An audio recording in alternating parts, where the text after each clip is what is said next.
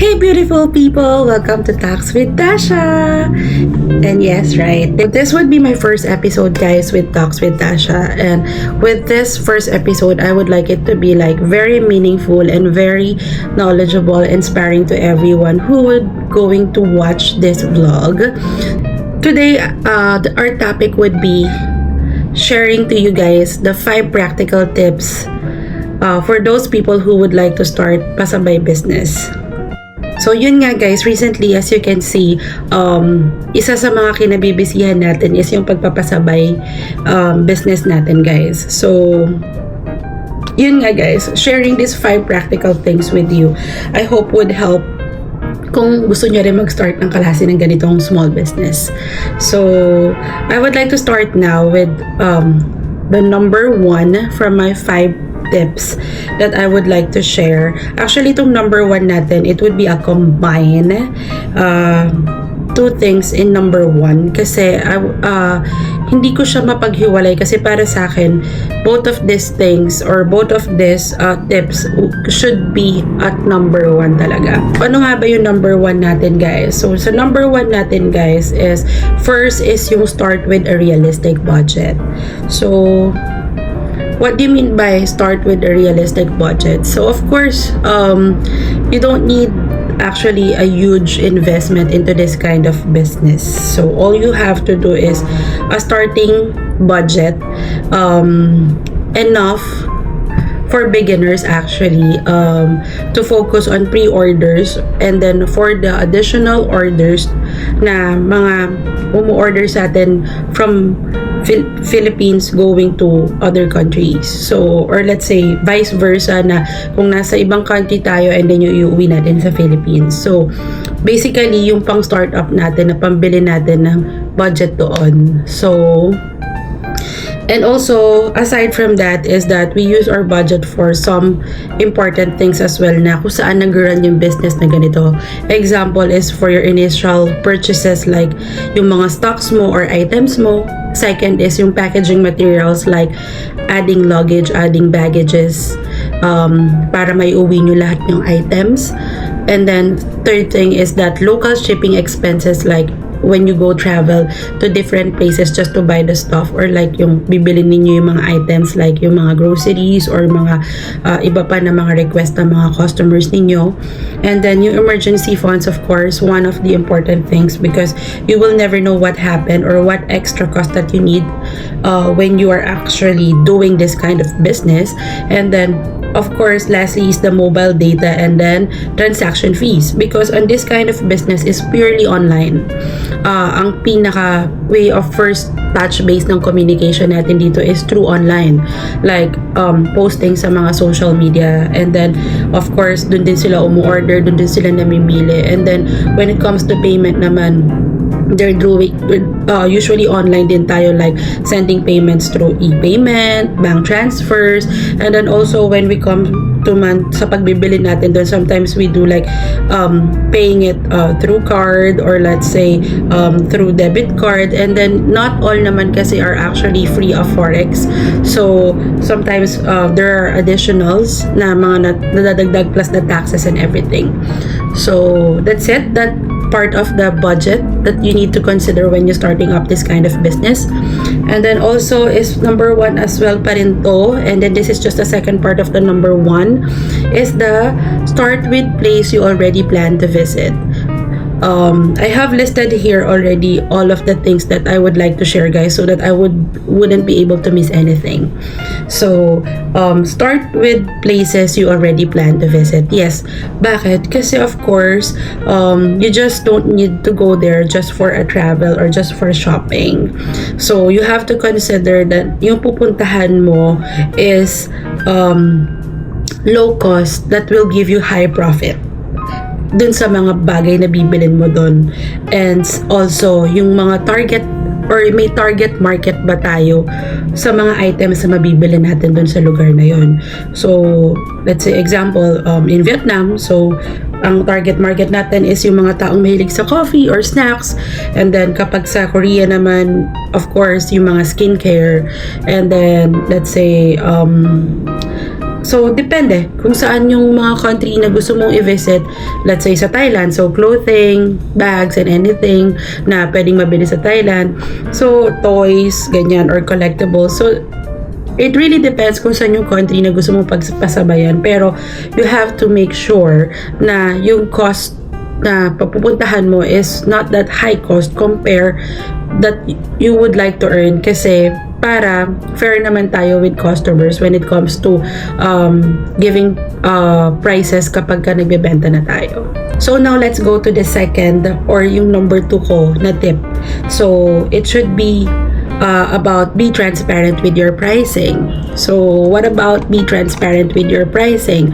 So of course, you have to clearly explain the price of your item. Ano bang item to? And then yung estimated arrival, kasama na rin dyan kung kailan darating yung item na yan. And then yung pagbibigay ng fair pricing, not overpriced with your customer, is also a big factor with this, because a lot of people are usually like comparing prices online when you're doing this kind of business. So let's say nakita ko sa ganitong platform mas mura to sa ganyan. So I understand that some people are doing that, and then it's okay. We are not actually in a way that we force you to buy to us if you want, or if you actually saw something else na mas okay para sa budget ninyo. But one thing for sure that we also delivered aside from this, na we are being transparent with our price, we are being fair with our price, considering all efforts are given to this when we actually doing this business, is that you can trust us na makakarating at makadideliver sa inyo yung item ninyo na secured, and then no scam at all, and then mabibigay namin sa inyo lahat ng items na pwede naming makita na request ninyo. So the service that we can actually provide to you aside from just the item that you would like to buy from us. So that would be the number 2 or yung second tip natin. So let's go with the third tip. Third tip naman is set clear ordering rules. This is also very important, because when you are having this kind of business, there are a lot of things that you need to consider when you need to fix like yung costing ninyo, yung orders ninyo, kung saan nyo bibilin. So, everything needs to be in one place na dapat maayos. So, from the start pa lang na may order na sa inyo, dapat yan nakaayos na in Excel. Meron din kayong notes na para at the end of the day is maayos lahat na nakukuha ninyo yung orders ninyo, and then walang nakakalimutan, at make sure na lahat is na-accommodate ninyo lahat ng questions or queries, of course. And then, of course, importante rin dito yung nagsiset tayo ng clear date natin for cut-off ng kung kailan yung last cut-off date natin for orders and payment. We do this because hindi madali, guys, na kapag namimili tayo, guys, hindi kagaya na parang katabi lang natin lagi yung pinagbibilihan. Sometimes sinasadya pa namin yung mga lugar kung saan kami bumibili ng item. So that's why we're setting off a cut-off kung kailan yung last date na pwede namin na bilhin yun, and then of course receive yung payment ninyo para mabili namin yung mga items. So we set let's say 2 days before ng pauwi namin, or 3 days before, kasi kailangan din namin mag-alat ng oras sa pag-pack ng maayos ng mga dadalhin namin ng mga pabili ninyo. Hindi naman yung basta pinapack lang ng basta-basta. We make sure na lahat ng item ninyo as much as possible kailangan maayos na darating sa inyo and secured. And we also check yung mga extra na luggage namin kung aabot pa ba yan, or kailangan namin magbayad pa na another baggage or mag-add ng another baggage. That's why we always consider to put cut off on payment and then orders. Pero sometimes kapag may mga extra pa naman tayo na space, or kaya naman minadaanan tayo bago umuwi at kaya pa namin, guys, we post as well for pahabol. So it's not always the end naman kapag ka nag-cut off na tayo. So when you are actually checking our pay page. May times na nakakapagpasabay pa tayo or pahabol pa tayo, guys. Because we want everyone is going to be happy kapag marireceive nila yung item nila na complete and then satisfied sila kasi napabili nila yung mga bagay na gusto nilang bilhin dun sa country na yun.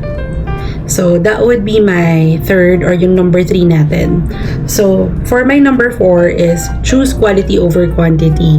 This is also very important. Hindi tayo basta bibili lang ng kahit na anong item. And hindi din tayo basta bibili kung saan-saan lang. Of course, we always choose yung shop na alam nating nagbebenta ng quality at totoong item. Hindi scam. And then also, kapag may mga general questions from other customer na meron ba dyang magandang bag, of course, you have to offer yung best na kilalang bag or brand doon. Hindi yung basta, oo, maraming bag dito, ano bang gusto mo? Bibilang mo, tapos hindi, alam mo naman sa sarili mo na hindi ganun kaganda or quality. At the end of the day, pagiging pangit yung feedback sa'yo. What important most for us is the satisfaction and then yung good feedback ng customer namin when you receive your items. So, it's always quality over quantity. It's better yet na hindi ganun kadami yung orders ninyo pero sigurado kami na i-deliver namin sa inyo yung gusto ninyo at saka tama at maayos yung mga items. So that would be my number 4. And then for the number 5 is treat every customer like a friend. Actually, this is not just only for pasabay business. I actually can say na sa lahat ng klase ng business or lahat ng klase ng operations, this is very important that all your customers should be treated like your friend or should be treated professionally at some in another term kasi we always need to gain their respect and their trust as well because on how you treated your customer is kung paano din sila babalik sa inyo. So when you got their or when you earn their trust, makakasigurado na kayo sa mga susunod pa na mga postings ninyo, sa mga susunod na ibebenta ninyo, is babalik at babalik sila sa inyo because they know that you are transacting with them professionally. And then you are actually taking care or taking good care of them when it comes not just for their orders pero yung mga concerns nila and then yung mga bagay-bagay na alam ninyong outside of buying things na is naayos ninyo maayos with your customer. So that's very important. And lastly is I have actually a bonus tip. This is just a bonus tip for you guys. For this kind of business, of course, it's not just plainly shopping or traveling or going to other countries. So there are a lot of factors that you need to consider when you would like to start this kind of business. So start is like dapat dedicated ka sa ganitong trabaho, guys. Wholeheartedly na talagang gusto mo yung ganitong business. Why? Because hindi lang naman to like bibili ka, pupunta ka doon, dadalin mo, iuwi mo. So it's not just simple as that. There are times like you have to go out and then buy the specific stuff na pinabibili or let's say mga orders sa'yo, umulan man yan, umaraw man yan, nasan ka man or malayo man yan, sasadyain mo man yan, and then may times na kailangan mong buhatin lahat ng yun, pagod na pagod ka, minsan hindi ka pa nakakakain, kailangan mong tapusin, bilin lahat bago ka kumain. Actually guys, just to be honest, when we're doing and then kapag pa-finalize na kami ng mga orders namin, we always allot one day na talagang umaga hanggang hapon, usually very quick lunch lang to make sure na lahat ng orders is nabili, lahat ng orders maayos, and then aside from that is we always make sure na lahat na ikikip namin at lahat ng yun is na ipapack namin ng maayos para may uwi namin sa inyo ng safe. And then hindi yun basta-basta, and then aalaga sa binibili namin na kahit gaano kabigat yan, kilo-kilo yan binubuhat namin, guys. Kahit gaano kalayo, mag-commute man kami or mag-grab kami, okay lang as long as we make sure na lahat ng items na pinabibili ninyo is secured and lahat ng yun is kompleto.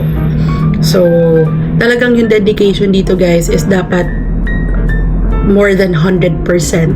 Kasi kung hindi ka dedicated sa ganitong trabaho guys, is masasabi ko na mapapagod ka kasi it's not easy. Talagang nakakapagod guys. It looks very fun. And then, yes, it's fun. But guys, it's also very tiring. So, yun. That would be actually my final and bonus tip for you guys. So, yun guys, actually this 5 practical tips that I shared to you guys, this is just based on our experience nung nag-start kami ng ganitong business. So it would be, or it can be different with other people who's doing pasabay business as well. Pero I hope that this one can inspire people who would like to start a small pasabay business like us, and then hopefully everyone of us could find ourselves earning and enjoying this kind of business. So, yun lang guys, that I would like to share for you on this episode. So, I hope you enjoy this episode, and then you watch on my next episodes that I would like to share and inspire people again next time. So, yun lang guys, and thank you for watching, and see you again on Talks with Tasha. Bye-bye!